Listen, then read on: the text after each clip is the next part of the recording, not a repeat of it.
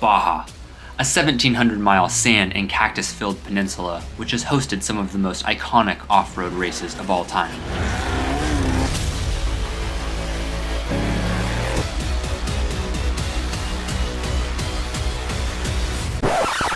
This video won't be like that. This is the story of two friends doinking around the desert with no real goal in mind other than to ride our Dualsports and eat tacos. Let me set the scene. This is Andy. This is me. Like many modern romances, we met online. We've been on some great trips over the years. Here's a picture from the last trip we went on. And now I will treat you to Andy's favorite clip from that trip.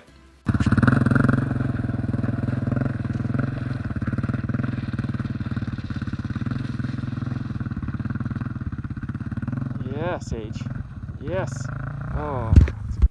Yep, that's me on the infamous Baby Head Hill section of the Washington Backcountry Discovery Route. I'd call myself a solid 2-star rider. Andy made it up in one go, so we'll give him 4 stars. Anyways, like all trips of this nature, something went wrong. 2 weeks before we were going to leave for Baja, my bike got jacked. I made a whole video about that whole ordeal, so I won't rehash it, but this would not be the first complication of the trip. I ended up finding a rental, and just like that, we were off. We trucked the bikes down I-5 and got in some much needed catching up. 20 hours later, we were parked in sunny Southern California. Day 1 fully loaded. Andy, how you feeling? Feeling pretty good. A little nervous. What are you nervous about? Misplacing these keys and us being stranded in the boneyard. This is the boneyard. It's where we're parking the truck. Just unloaded the bikes. This is the rental. There's Andy's. This is all of our associated gear that is, some of it's going and some of it's not going. And this is the landscape. We eventually made it out of the boneyard and headed towards the border. In Tecate, we picked up our tourist cards and enough pesos for the first few days. There were lots of guys with machine guns, so I didn't feel like filming. We cruised on down Mex 2D for an hour or two before we turned off onto a dirt road which would take us to our campsite for the night. Alright, buenos dias YouTube. It is day 2. I'm going to take you guys on a quick little tour of our campsite that we had last night. It's the Canon de Guadalupe, and there's Andy's bike, there's my bike. We'll get into the bikes another time. Just wide open, no tent, no fly, nothing. And then if you come down here, we have our own completely private hot springs. God, I really do sound like a robot sometimes. Eventually, I perked up and did a little bike maintenance to round out the morning. All right, Andy just showed me this good trick here to lube your clutch. My clutch pull is like extremely heavy. When you pull in the clutch, it seems like it is smooth, but it has a ton of resistance. Like I'm pulling pretty hard. So I got this bag full of chain lube basically rigged up here. And then I'm just working it back and forth. So just trying to lube the snot out of this cable. And I'm just gonna try and get the action to be a little smoother. Bike maintenance. Fed, watered, and ready for another day, we hit the road and continued south, hoping to find the Laguna Salada, or dry lake bed. Andy and I have found ourselves in the middle of absolute nowhere. How many miles from pavement or kilometers from pavement would you say? Probably like 60. 60K, so 40 miles from pavement. And the only real landmark we have is this thing, whatever this is. A speaker, a solar panel, and this barrel. One button. Whoa. Oh, just garbage. Press the button, save. We're planning on trying to find some dry lake bed, which is somewhere in that distance. We ended up finding it, and it was spectacular.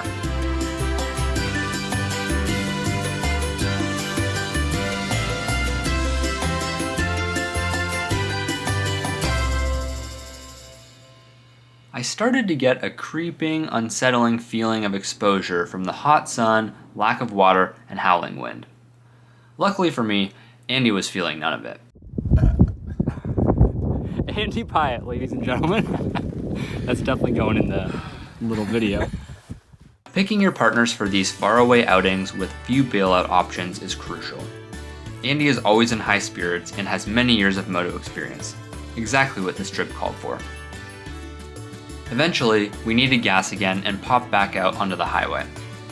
We had to backtrack a little bit to Durango before heading down south on MEX 5 to San Felipe. I don't remember much about San Felipe other than the camera on my phone breaking, so enjoy this nice drone footage of the morning.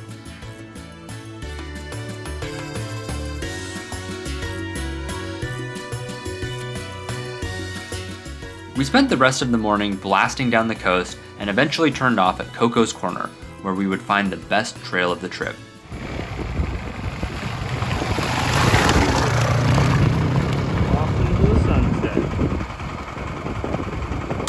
Now, before I play this next clip, just remember that motorcycling is an extreme sport for cool people, which makes Andy and I extremely cool people, right?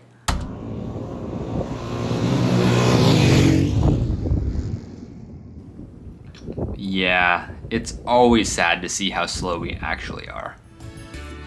We picked our way through the glorious whoops and treacherous sand before picking up the slab to Bahia de Los Angeles. The next morning, we woke up to another day of sunshine and kept heading south. After a long day of sand and dumping the bike more times than I could count, we ended up at a junction.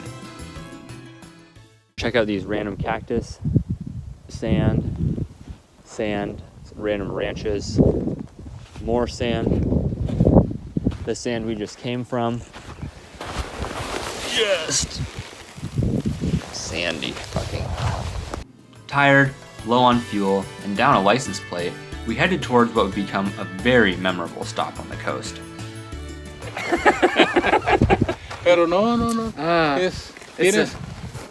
¿Tienes papeles? Sí. No problem. No hay problema. Okay. Yeah. Por lo regular para los americanos no hay problema. Okay. Para nosotros los mexicanos, tienen ojos grandes para estarnos viendo. Claro. Para estarnos checando. Sí. ¿Cómo se llama? Guillermo. Guillermo. Me llamo Andy. Andy. Y me llamo Sage. Sage. Pero mi sobrenombre es Memo. Memo? Memo. Uh-huh. Memo. Guillermo. Mucho gusto. Memo. Oh, I see.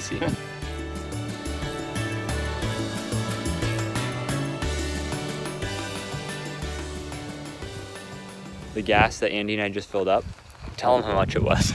It was $2.50 a liter. American. $10 a gallon. We got 3.1 gallons, cost me $31. But we were in the middle of the desert, far from any town, so we weren't too bothered. We enjoyed our campsite on the beach, and Andy read aloud a story some psycho proselytizing Karen taped to his windshield a few weeks earlier. Lucky me.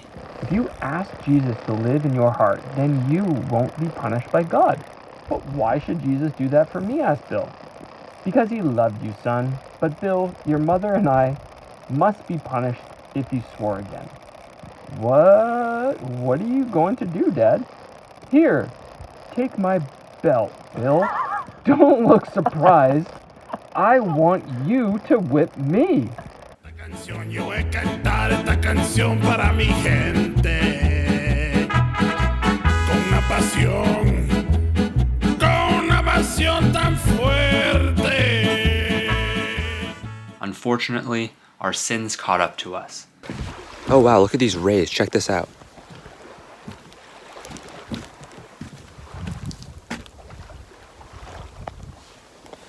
Crazy. Sure as shit, got stung right on the ankle area. Oh, hurts way more than you'd expect. It's kind of restricted to the below the ankle zone, but of that area, it does not feel great. All right, it has been around probably 45 minutes since the sting and around half hour since I took the ibuprofen, and it is just as painful, if not maybe a little more. My whole foot just hurts, and we got around 100 miles to get into the closest town, so I think that's really our only option at this point is riding into town. But my God, it just is a consistent pain. Not like a bee sting where it's just like that localized area, but it's like, oh God, just everything, yeah, it just feels heavy. So anyways, we gotta do it, 100 miles. The sketchy part of this was I had no idea if I was allergic. We had no cell service.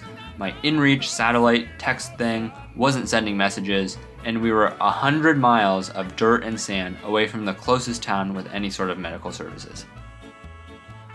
The good news is that the sting faded by the time we got to El Arco. The bad news is that I look like shit. We just pulled into this little town called El Arco, and there's absolutely nothing going on, just derelict buildings. Like, what was that back in the day? Motel, maybe? Not a single place to get gas, to get food, to get water. Just empty. I think we had run out of food by the time we got to Guerrero Negro, so we were happy to post up and just eat for the entire time we were there. First proper food for a while. Yeah, I'm very excited about this. This looks really good. I'm into it. Yeah. Dos tostadas. Tripe, I think? Tripa? I think that's actually cheese, not sauce. And then some salsa. Got these fucking mint churros with chocolate on them. Wonderful. 5 tacos. Meten los barcos a Puerto y descargan la sal. Got a mountain of food. Chorizo, huevos, frijoles, queso, tortillas, salsa, y café con leche. Andy even got a new shirt from his pal Salvador. Yeah, I told him I really liked his shirt, and he's just like, here you go. He literally just took it off and was like, here's my shirt, you can have it. So I gave him one of mine. Elf. It's elf, and it's got some patches sewn onto it. It's great. It smells nice too. Unfortunately, from Guerrero Negro, we had to begin the long slab ride back to the truck. 90 kilometers an hour maximum for probably 6 hours. The stretches in Baja without gas are pretty long, especially with 2-gallon tanks. So we had to resort to roadside gasoline on more than one occasion. Gracias. Listo.